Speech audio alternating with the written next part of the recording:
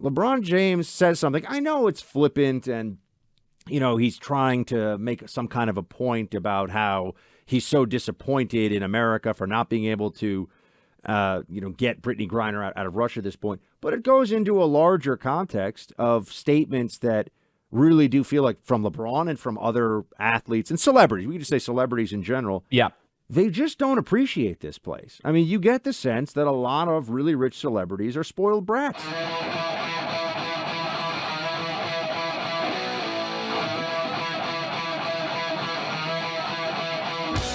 Buck, one of the consistently dumbest athletes in America when it comes to sharing his political opinions, and there's a long list, let's be honest, LeBron James. LeBron James has been in the news a little bit associated with this Brittney Griner story. Because for those of you out there who don't know, Brittney Griner, WNBA player, was arrested, as we have talked about on this show, for drug possession charges in Russia. She is still there, begging for Joe Biden to get her out. I believe the latest is that Bill Richardson, former New Mexico governor, is now in kind of geopolitical hostage negotiator at large, is kind of the job that he seems to have now, is now traveling over to Russia potentially to try to get her out on behalf of the Biden administration.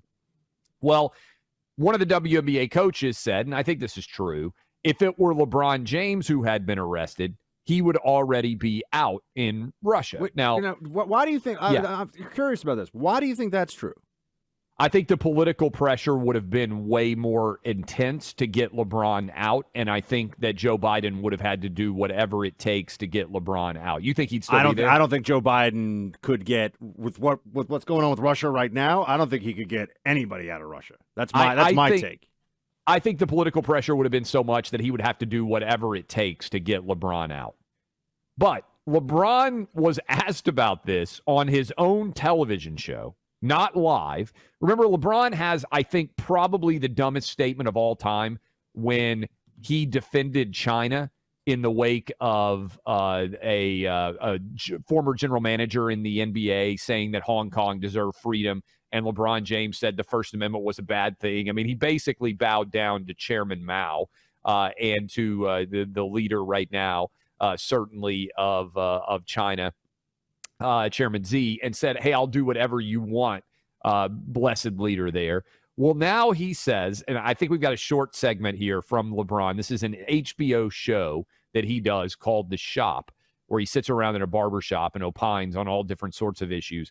Said he doesn't even know if he'd want to come back to America if he had been arrested in Russia. Here's LeBron, political thought leader extraordinaire. Over 110 days. Now, how can she feel like America has her back? I would be feeling like, do I even want to go back to America? Do I even want to go back to America? So I guess LeBron would either stay in Russia, maybe Siberia would be nice for LeBron and his family to relocate to, or he would go to another country. But what does he expect? That she violated Russian law. She's pled guilty to it. Why is it America's fault that she's in a Russian prison? Clay, this is why so many people get very agitated with ultra-famous, ultra-rich professional athletes, actors, the lack of gratitude for the country that they live in that has created the possibility for them to be so wealthy. A billionaire. LeBron is a billionaire, yes, just because he's good at sports. And yes, and has created that and protects their wealth. You know, the police officers that protect their residents and their day-to-day lives, the truck drivers who make sure there's food in the store for them, the mail couriers. I mean, you look at all these people that it functions so well in America. This is actually, I know we talk about the problems here.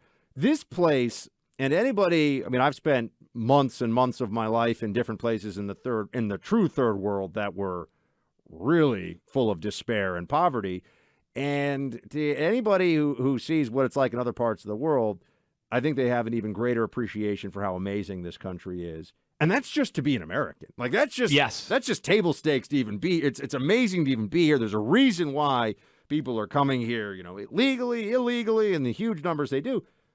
LeBron James says something. I know it's flippant and, he's trying to make some kind of a point about how he's so disappointed in America for not being able to, get Brittney Griner out of Russia at this point. But it goes into a larger context of statements that really do feel like from LeBron and from other athletes and celebrities. We can just say celebrities in general. Yeah. They just don't appreciate this place. I mean, you get the sense that a lot of really rich celebrities are spoiled brats.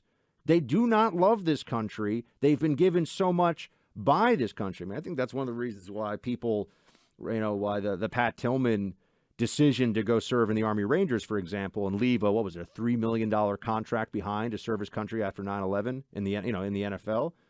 Obviously, unfortunately, there was a terrible situation unfolded in Afghanistan with Pat. But point here being, we like to see that people actually appreciate the country that has made them so rich and influential. LeBron's a billionaire. This is emblematic of why I've argued, and Buck, you've seen it. Most people have not. If every single American at 18 years old had to go live in a Peace Corps-like environment in a third world country for 1 year, you had to go to a poor country in Africa or a poor country in Asia or a poor country in Latin America, and you had to do some form of service for 1 year.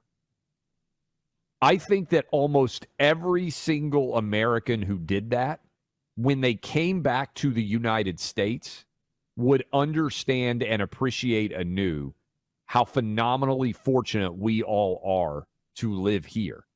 And that's why I believe Republicans have an incredible opportunity in 2022 and in 2024, because everyone who comes to America that wasn't born here is coming here for one reason, because America's awesome. Buck, you and I were talking about the degree to which even super rich people in other countries, they want to buy American properties, New York City, Miami, LA, huge estates, because they trust that unlike in their country, they are going to be able to have title to that property and it isn't going to be taken away from them just because the guy who gets elected president next in their country doesn't like them. We are the envy of the world. We are still, by far, the shining city on the hill. And people like LeBron, who are so tone deaf, are now representative of the Democrat Party. We made fun of Joe Biden to start this show talking about breakfast tacos. But if you combine that with Josh Hawley questioning the Cal Berkeley professor, and now with LeBron here saying, I don't know if I'd even want to come back to America. This is who the Democrats are. When they tell you who they are, listen to them. You can't vote for this anymore.